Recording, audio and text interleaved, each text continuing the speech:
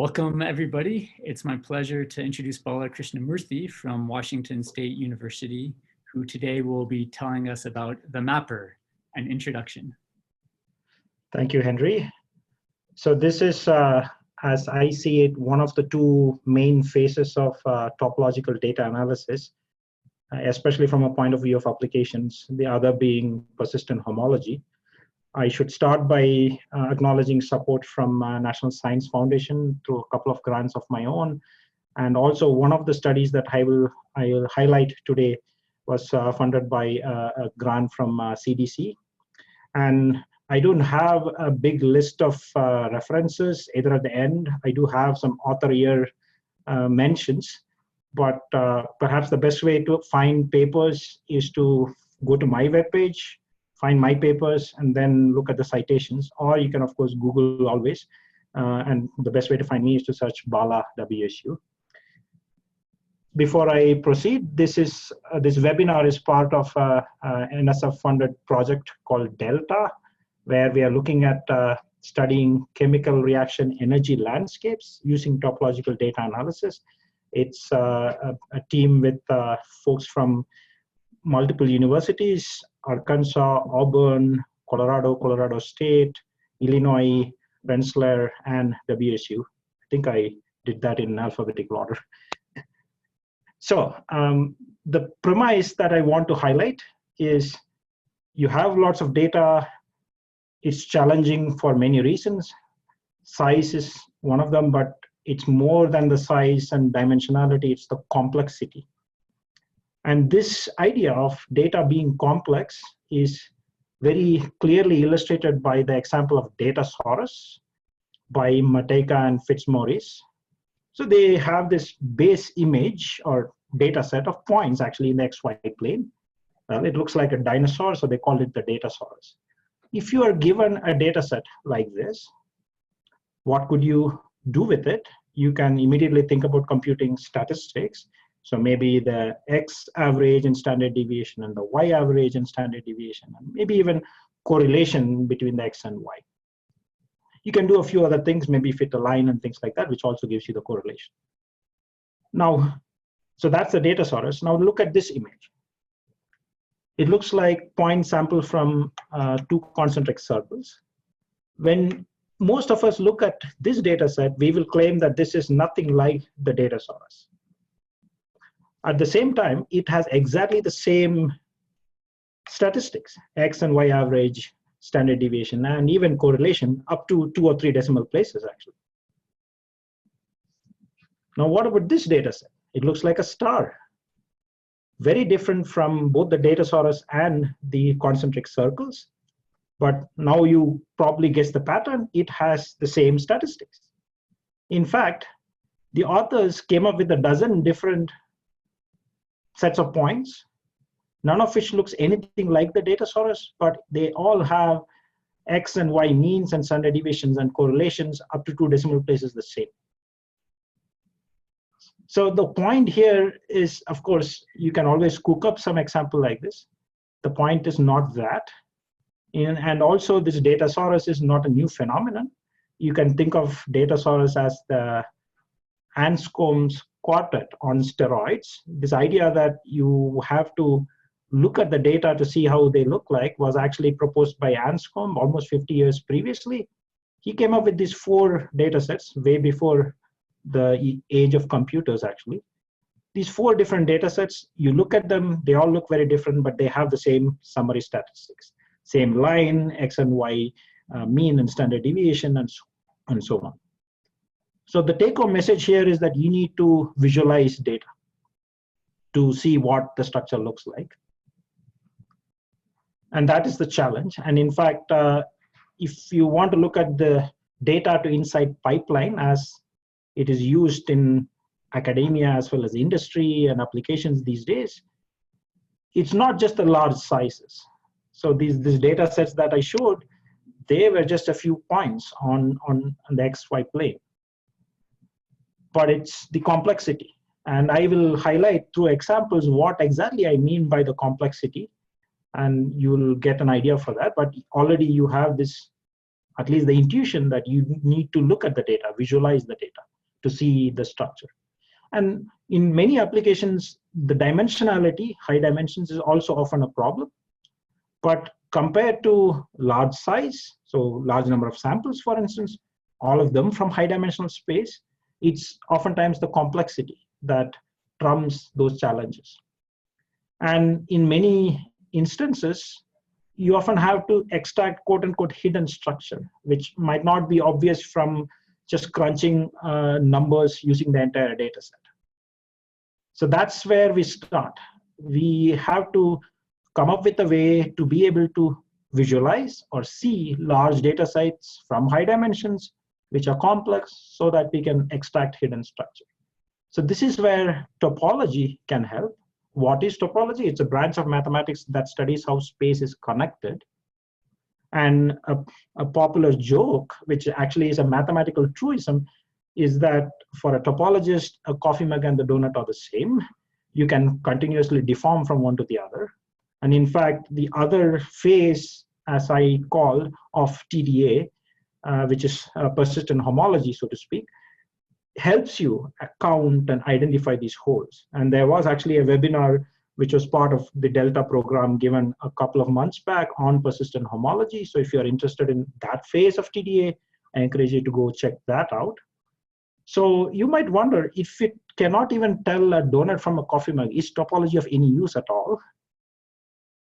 Perhaps that robustness or that ability to ignore geometry or real strict definitions is actually the advantage that topology brings. So here is another illustration of where topology is actually in action. Perhaps our brain uses topology to distinguish between uppercase A and B and C. Somebody might write it as a usual block A, while another person might write it as a square block A, calligraphic A versus B and C. But most of us who know English would look at them and say, well, all these are A's, these two are B's, and these two are C's. And from a topology point of view, most of these A's look like a loop with two legs. Well, there is a hair sticking out, but we can handle that. B looks like two loops, and C looks like an open curve. So that is the area or the level up to which you can abstract and still let you distinguish these features. So where does Mapper fit into this story? So let's say we have a data set of points, and these are a bunch of points sampled from in the plane. It looks like they have been sampled from a circle. Maybe there is an underlying circle. But if you apply clustering using some standard techniques, is there a question? Or maybe just somebody joined. Let me continue. So if you apply, somebody joined. So okay, sure. So if you apply clustering, for instance, you might end up with these 4 clusters. And again, if you look at just the data set, stare at it for a while, you would agree that there might be an underlying circle from which the data is sampled. But if you just give me these 4 clusters, maybe not drawn like this, but just the 4 clusters, it's hard to just jump to a conclusion that, well, actually there is an underlying circle. So I sort of missed the connectivity information that was underlying. In fact, clustering as a procedure or as a method has this goal of partitioning data into disjoint subsets. So it is inherently designed to lose the connectivity, to separate the data into disjoint subsets. But this is where Mapper helps us. So the original idea was proposed in a 2007 conference publication by Singh, Memoli, and Carlson. And for instance, here, let's take the height or the y coordinate of the points as what is called as a filter function. It's just a variable. I look at its range of values. Perhaps it goes from here to there. And I take a cover of that range. What do I mean by that? Well, essentially, I look at a bunch of intervals such that the range is contained in the union of those intervals. But the way I choose those intervals now is I make sure that these intervals overlap. So in this case, roughly each interval is about 1/3 of the range, maybe, and then they overlap about 1/4, 25%. So I have a blue and a green and a red interval. And that covers the Y or height. And then what I do is I pull back that cover. That is just a fancy mathematical way of saying for each cover element, identify all the points in the data set which have Y values in that interval. So for instance, for this blue interval, I have all these points which have Y value belonging to that interval. When I look at the green interval, I see these points, well, they sort of naturally separate into two subsets, and then the red interval. So now I have these pullback cover. So you can see that these blobs cover the original data set itself. And then I apply clustering within each of these blobs or each of these subsets. So the simplest method here might be to represent each of these, all the points in each of these blobs by a node. So I have a red node, a blue node, and since these two subsets of points which have Y value in the green interval separate naturally into two subclusters, so to speak, I have two nodes. But now here is the extra step that I use, that mapper does. Since the red set and the green set here have an intersection, this point belongs to both of them. So I draw an edge capturing that intersection. And I do the same thing all around. So this blue set and this green set have an intersection, so I draw an edge. So it could have been hundreds of points sampled from a circle, and I could have used a few more intervals, but ultimately I get this really sparse representation, only 4 nodes and 4 edges, which captures this underlying structure of the circle. So that essentially is all that is to mapper. Which variable do you choose? How many intervals do you choose? How much should be the overlap? Well, that's all left to the user. Somebody might claim that it's more of an art, but there is also solid mathematical foundations being developed about the choice and robustness to that. I will come to that. But this is it. Mapper is you take a variable, or it could be, of course, you need not just do it for one variable. You can have these intervals in 2D, for instance. So if I take the x coordinate also here, I can tile the entire domain here with a bunch of squares, for instance, that overlap. Again, they need not be squares. They could be hexagons or any arbitrary cover. It can be very general, actually. But this otherwise simple to describe construction actually has been seeing a lot of use in applications, in quite a diverse set of applications. So where does it all go? To motivate that, I want to highlight a few applications, but so much so that I could even just call it the face of topological data analysis. That's why I've titled this slide as TDA itself. Intuitively, the goal here of Mapper is to generate highly compact representations of high-dimensional, large-sized, complex data that quote-unquote reveals structure. What do I mean by reveal structure? In the circle example, it was this underlying circle, but I have a few more examples to highlight what I mean by reveal structure. But already it has these advantages. It gives you this coordinate-free representation. So you might start with a collection of points in some high-dimensional Euclidean space, and you get this abstract graph, or more generally, it's a simplicial complex, but it does not have necessarily, it need not necessarily sit in the same space or even any other real space. You can just treat it as an abstract simplicial complex or an abstract graph. And of course, the underlying topology, use of topology guarantees that the construction is insensitive to small changes. And this idea of robustness is actually also formalized in some stability results. And as we saw in the circle example, it gives you a highly compressed representation of the input data set, which produces excellent visualizations, but also, more importantly, reveals the structure. So there was a 2013 paper in Nature Scientific Reports, which was more of a, here is Mapper by Lum et al. Some of the original authors, actually, maybe Facundo was not involved in this paper, I don't know for sure, but others were there.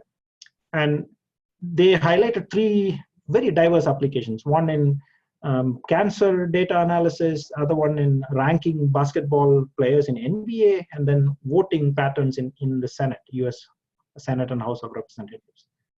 But they had also an illustrative picture there. Again, it highlights the construction and also highlights how simple it is of Mapper. So here, the original point cloud of data, perhaps is in 3D, is a set of points sampled from the surface of a hand, for instance. So perhaps there are close to 1,000 points here. And I'm using the function as the distance from, let's say, your wrist, base of your hand, to where the point is. So the distance goes from low, blue value, to high value. And then I take that range and I cover it with overlapping intervals. Here, the pullback cover is shown. These are the points from the original domain which have values in each of these intervals. And then I cluster. Here, let's say each connected component is represented by a point. So all this entire set of points is represented by this node. Of course, these two the points in the intervals overlap, so I draw an edge, and so on. So I started with thousands of points. Now I get this very sparse representation, which does capture the skeleton of a hand. I guess there are about 12 edges and 12 nodes and 13 edges or something like that here, as compared to thousands or maybe at least hundreds of points. So that is again the highlight. Of course, now I have shown you two quote-unquote toy examples. Is it really useful in practice? That's where I'm going.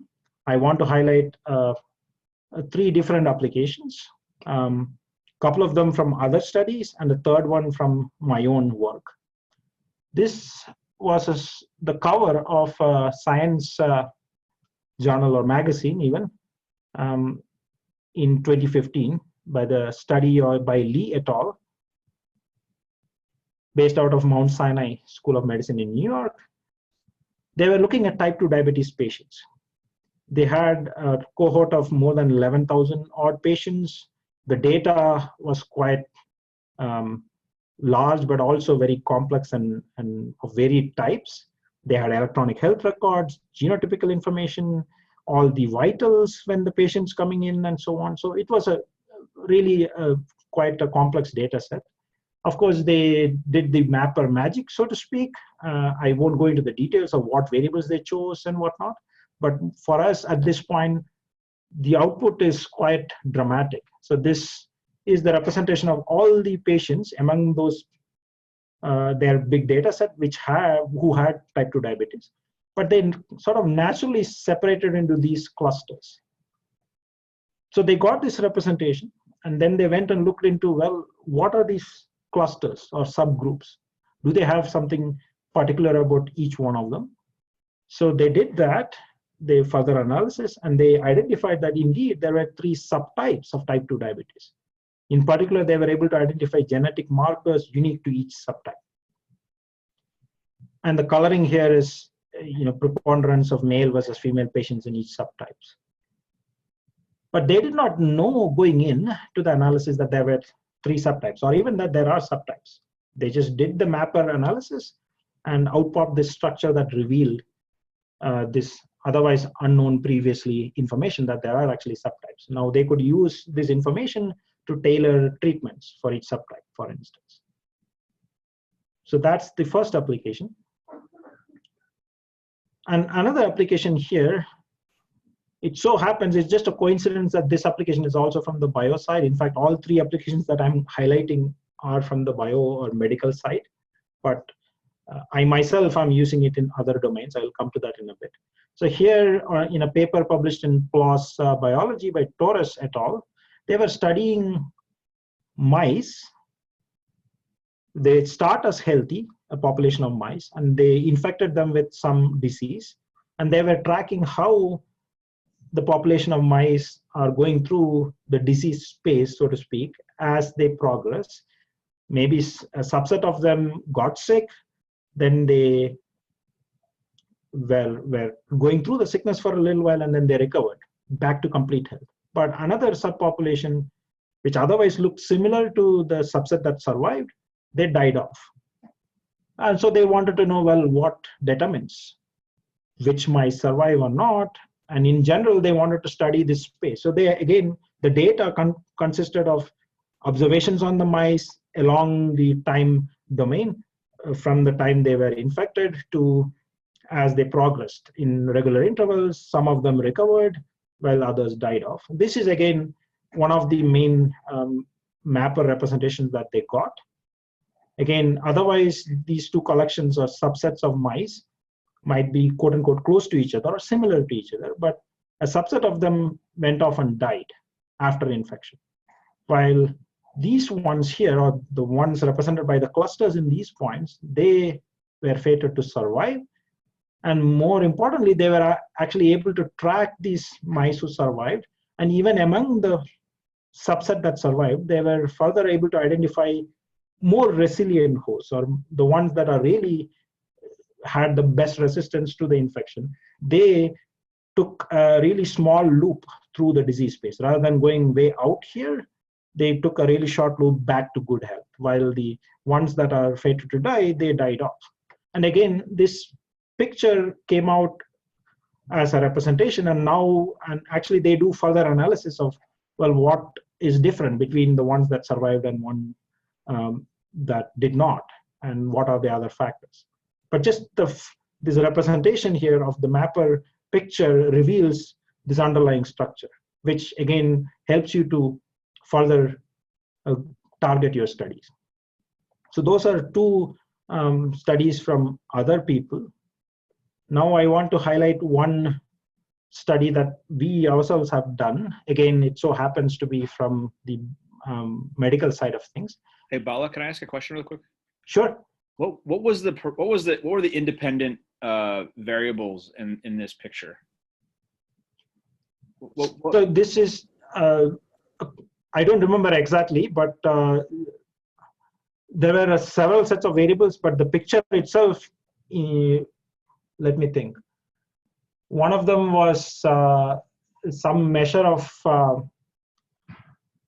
I think one of them was time, some notion of time, because this loop here shows that there is the time index there, but then the other one was there some measure of how resistant they were, but it was a compound variable. I don't remember exactly, but I remember that it was some measure of how resistant they are as they progress.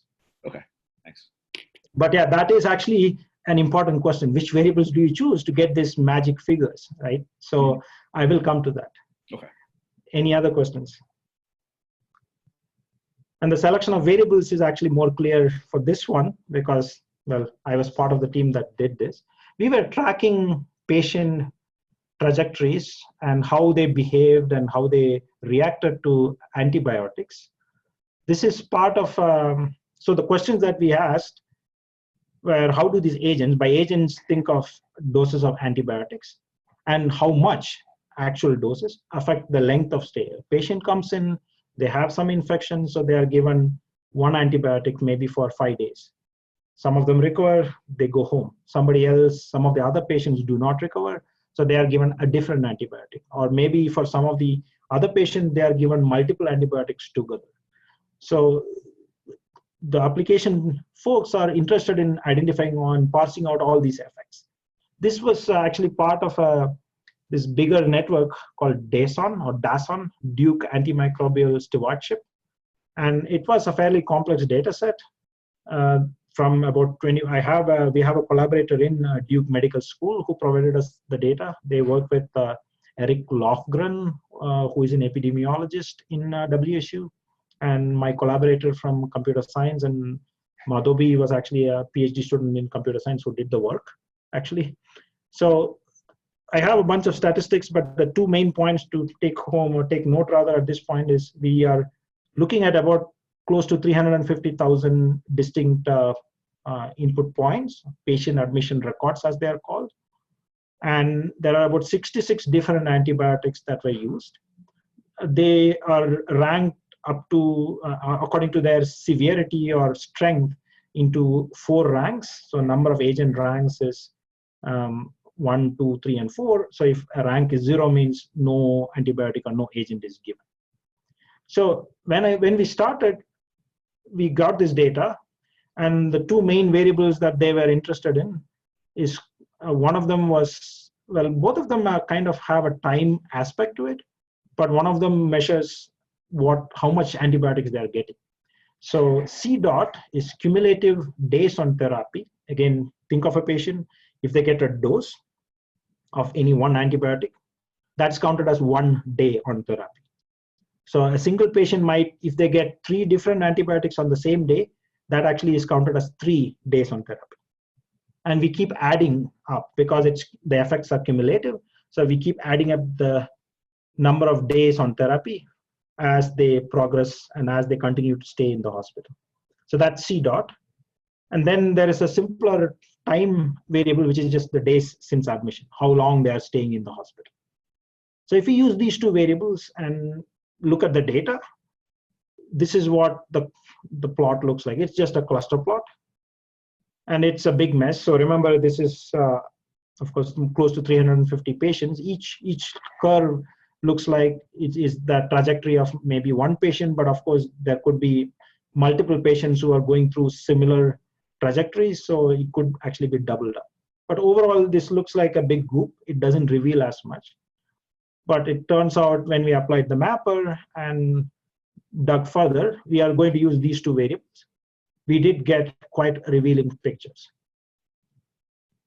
So let's just use the CDOT and DSA. I used the day since admission as my filter function. I used a cover of intervals which overlap, and then I pull back. I look at the points in each interval. I cluster it. And the sizes of these nodes here, these represent the number of patients that are in each cluster. And the color is the CDOT, cumulative days on therapy. So blue means they did not get as many antibiotic doses. The red ones have really large number of doses they are getting. So already this is just another, perhaps a more revealing picture of that cluster plot that I just showed previously. But already it's starting to show some structure. I can, for instance, see that it starts with blue here, but there are some blues down here also, meaning they got low doses of antibiotics. And the big reds are up here. There are some yellows here, and then there are some greens here. So again, what are those different subpopulations, or what are these parts of mapper mean? So we wanted to, of course, visualize or study further. So if I take the same mapper, and now if I look at the units, remember these are from 25 different hospitals under the Duke network. And even within each hospital, there are like adult medical or surgical ward, and adult care ward, labor unit, neonatal unit, hematology, cancer unit, and so on, pediatric critical care. So there are a few, about 9 of them that we can classify each patient into. And here I'm showing you essentially pie charts of the units for each of these clusters. And that reveals a little more structure now. Now I can see that the red ones are just adult, the standard adult ward. So that's not surprising. So it looks like a bunch of those patients. Remember, these sizes are big, so that captures a big number of these patients. They all were in adult wards, and they got, but what about their doses? That's coming next. But then what about these branches up here with green? Turns out they are mostly neonatal. So they might have ended up staying in the hospital for a long time. Remember, the x-axis is number of days since admission. So perhaps there were some newborns that had to be kept under observation for a long time, maybe a few months, and they are the ones who end up here. But here we see some other interesting structure. I see the reds, but there's also a mix of surgical ward. So it looks like maybe there are people who come in with some infection or some ailment. They are given some doses, some of them at least, and then some complications arise and they have to go into surgery. So now you start to see these patterns. What about the doses? So if I, instead of showing these pie charts in terms of the units, if I show in terms of agents, remember there were 66 different antibiotic agents used, but we just use their rank. There are 4 ranks. a higher rank means they are a stronger dose, and green means no agent is used. So rank 1 to rank 4. Now it's the same data, same mapper, but now I am showing the pie charts with ranks of the agents. So now again, you see some patterns. In the beginning, you see a lot of rank 3. So these are maybe some typical adults coming in. They have some infection, but they are given a strong dose, but then they are done in a week or something, or 10 days, and then they go. Then they leave the hospital. But there are out here in the neonatal unit, for instance, it's actually no antibiotics. They are just there in the hospital, not because of infections, and they're not getting the antibiotic doses, but they're just neonatals, infants, newborns in the neonatal care, so they are being kept in the observation.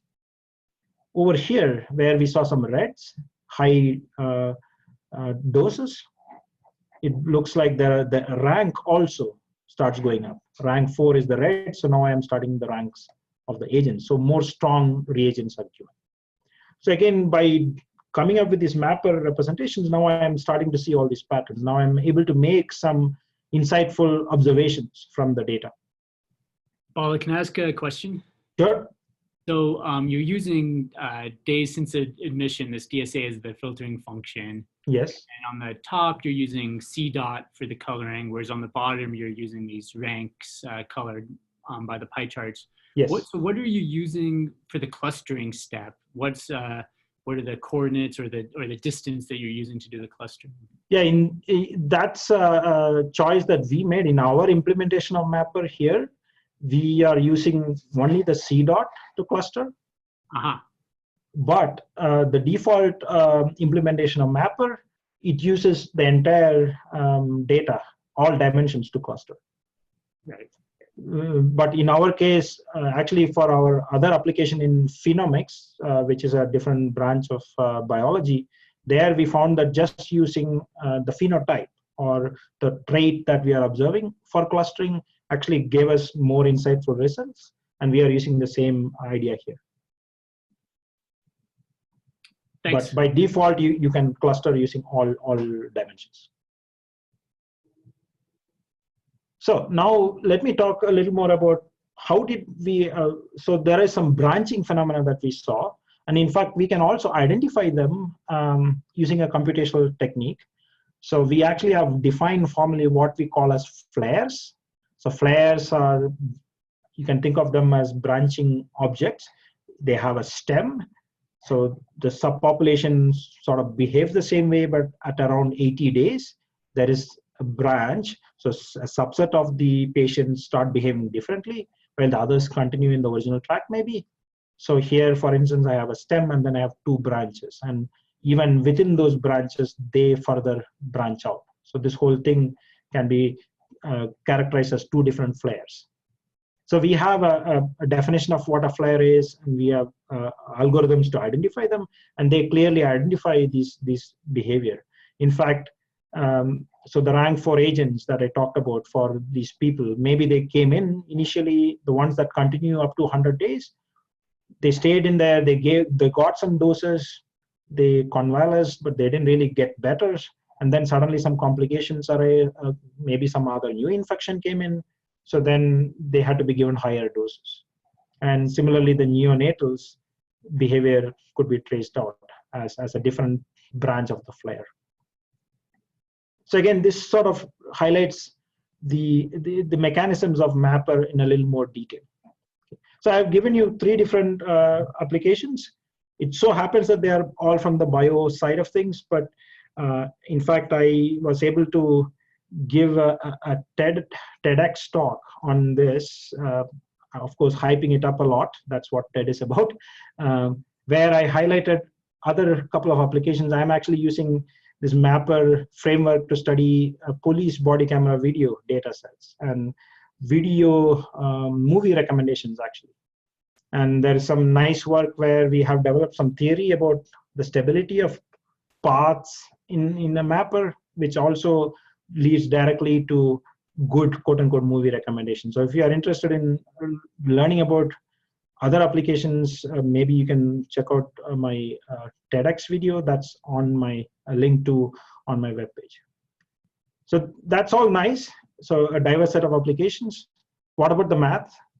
We already noticed that, you can guess, for instance, that if I choose the variables, already that question was asked, which variables do you choose?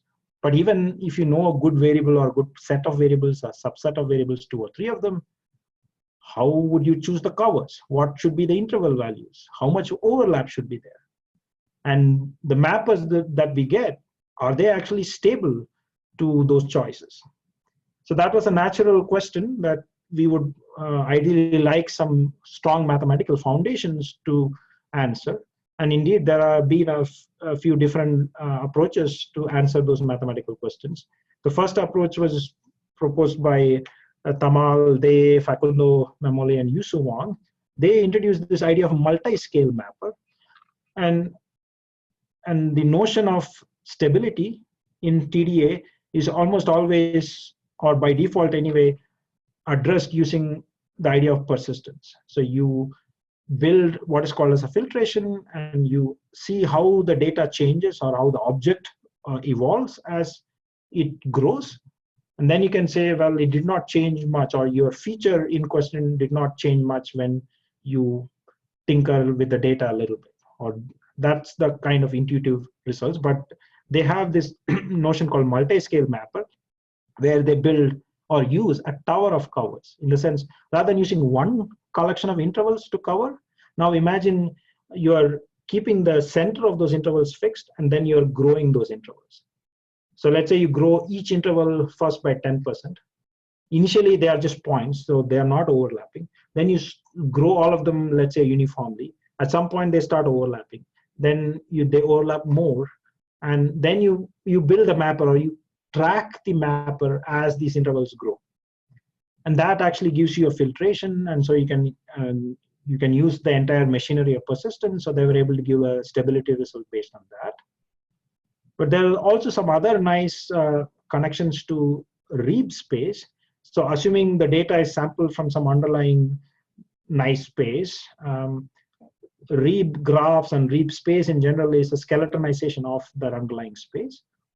And there is this result by Elizabeth Munch and Bei Wang, where under, of course, certain assumptions and under certain model, they argued that mapper converges to the Reeb space of the underlying space. So in some sense, it converges to the nice expected skeleton, so to speak. But after that, there was this really foundational work on the stability of one-dimensional mapper by Matthew Carrier and Steve Audo, where again, they used the machinery of persistence. They mapped these features to points in an extended persistence diagram, and then they were able to use stability results on persistence diagrams in the space of persistence diagrams to say something about the stability of these features. But they also looked at the statistical analysis and parameter selection of mapper. In fact, in this paper, which was actually published in Journal of Machine Learning Research later, they argued that you don't have to try all possible options.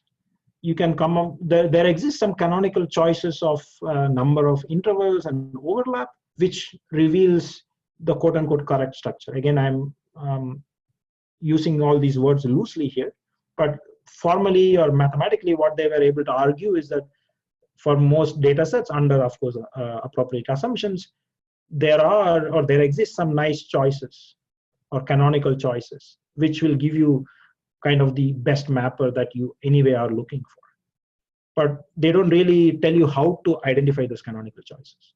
So in practice, people are still trying a bunch of options, see what looks good, and going with that. In fact, Gunnar Carlson, one of the main authors in the original mapper paper, and the first author actually, Gurmeet Singh, he founded a company, him and Carlson and others, called IASD. Their main software package called Iris. So this mapper construction is one of the main tools, and they have been using it for a lot of applications. I think at some point they raised up to 100 million. They don't call themselves a TDA company. Of course, no one will understand that. They call themselves a machine learning company. That's how we should talk about ourselves also these days. But with the computing power available, most applications, people apparently are still trying multiple options of number of covers, number of overlap, what percentage of overlap, what variables to use. And then they just look at it and say, oh, this looks good, or this reveals structure, let me go with that. Let me make conclusions based on that. In my own work, actually, I've looked at stable paths. So all these results using persistence frameworks, they are nice because they bound, distance between persistence diagrams, bottleneck or Wasserstein and so on, in terms of some distance between input data. But then still in the application domain, what seems to give a lot of intuition are these paths and flares and so on. So stability of paths themselves is not directly implied by the stability results or using persistence. So we actually developed a notion of stable paths in the mapper, which we actually start with one cover. We don't use a tower of covers, but then we build our filtration in a different fashion. But we don't use a persistence diagram to say when a path is stable. In fact, we have a stability result there for the covers, and we have an interleaving result there, but then that result automatically also implies paths. The stable paths as identified are also stable. So in that sense, it's a nice result which builds further on the stability. And in fact, we use this notion of stable paths to come up with movie recommendations, which tell you how to go from one movie to a otherwise quite unrelated movie using a sequence of movies. So the sequence is represented by a path in the mapper. And of course, the paths, we looked at interesting paths of the antimicrobial study that I highlighted. And the paths and flares, we have looked at the complexity and algorithms of what we defined as interesting paths. We build a mapper, but then there is some special definition of paths or what makes a path interesting there, which captured changes later in the season. So if you imagine a population which kind of shows nice trend behavior as the time goes, let's say days in submission, or in the case of phenomics, the growing season as it progresses, but suddenly later in the season, there's a spurt in growth rate, or the infection becomes really bad. So there's an increase. So those kinds of subpopulations are more interesting for us. So we actually define interestingness score to capture those abrupt jumps later along the path. And we also have similar definitions for interesting flares. Okay, so to start to wrap up, this is of course part of the Delta project where we are studying energy landscapes. So what can we do with a mapper or the mapper framework for energy landscapes? I want to just do a quick demo. By the way, of course, IRIS is not open source, but we do have what is called a Kepler Mapper, which is part of Scikit TDA, still maintained by now my former student, Nathaniel Saul. So if you have, let's say, an energy landscape like this, the variables are already identified, page rank and distance between atoms for a sodium hydroxide association in water. But this is a 3D surface, the energy surface. Now, let me quickly show a simple Python code where I can generate this mapper. If it can show up, hold on. Wow.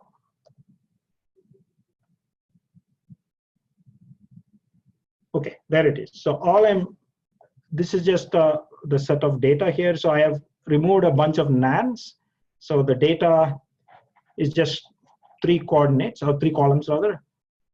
Page rank, distance, or the other way, I think. And then the third column is the energy. Okay.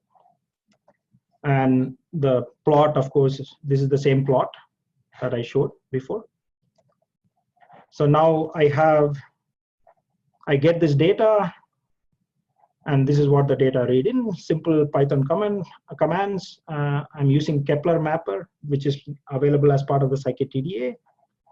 And for now, I'm using, let's say, 12 number of cubes is a parameter that you can use to vary the number of intervals and the percentage overlap. So I just run these things. And it produces a HTML file that I can use to visualize. And I think there's output mapper.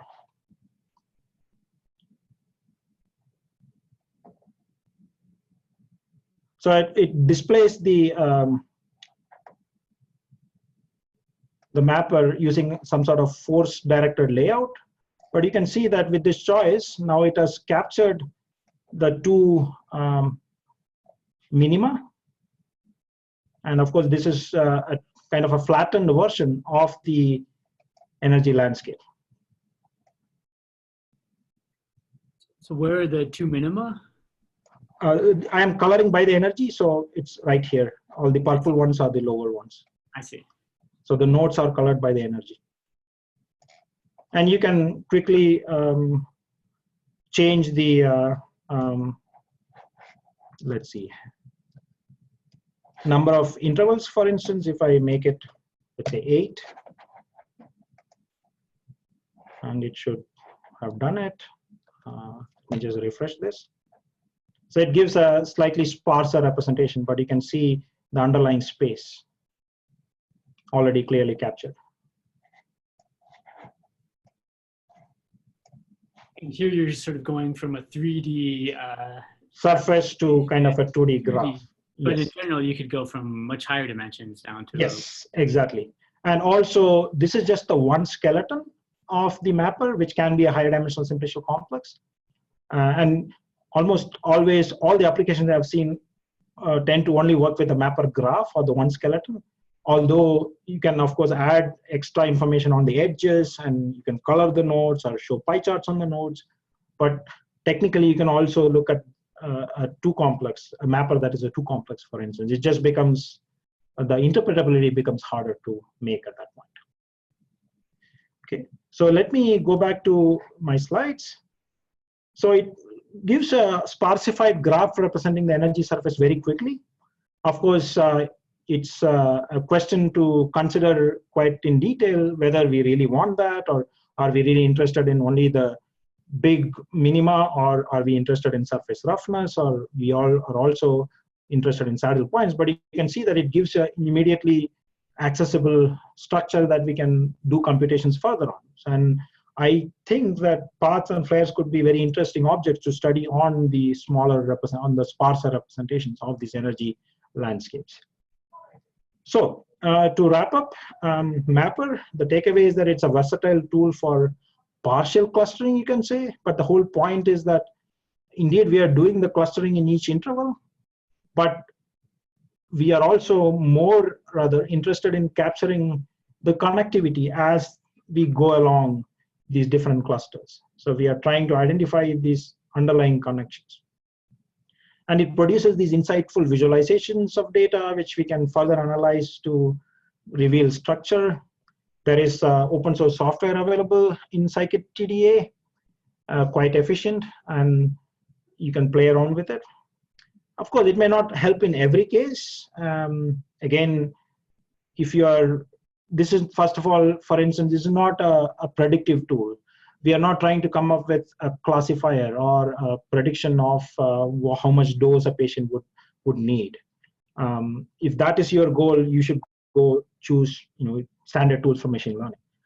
Where this fits in is earlier in the pipeline. You have this highly complex data, you look at it, it reveals the structure, and it will guide you as to what more questions you should ask, what kind of further analysis you should do.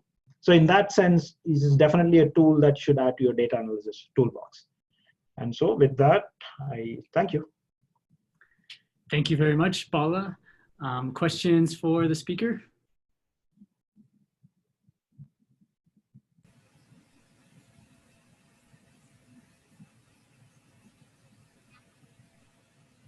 I had one question. So in the one of the first examples you gave, I think was diabetes.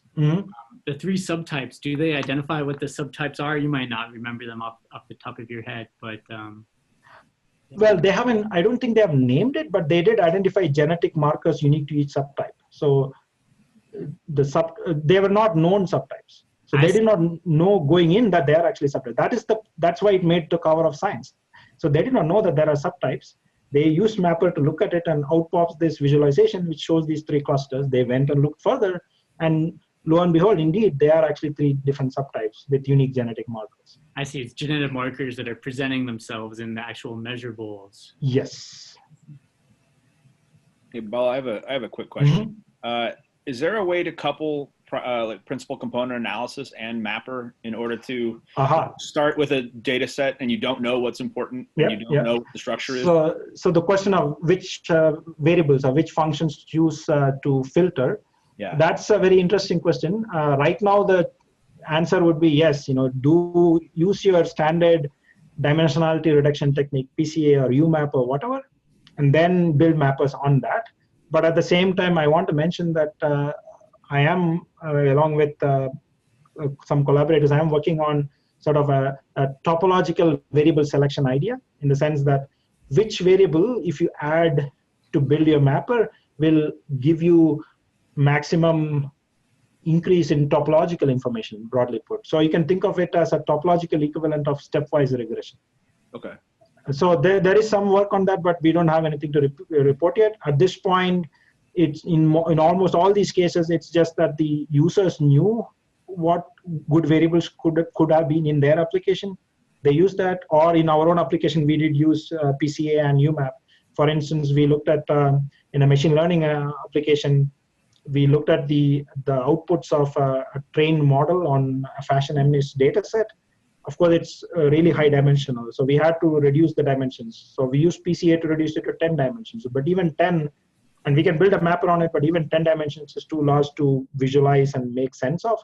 So we used UMAP further to go to 2 dimensions, and then we used that mapper. Even that reveals interesting paths, and how, for instance, a high heel boot slowly changes into a sneaker. So the paths that we got in that setting after all the dimensionality reduction still reveal structure. Okay. Further questions? Yeah, I have a question actually. Sure.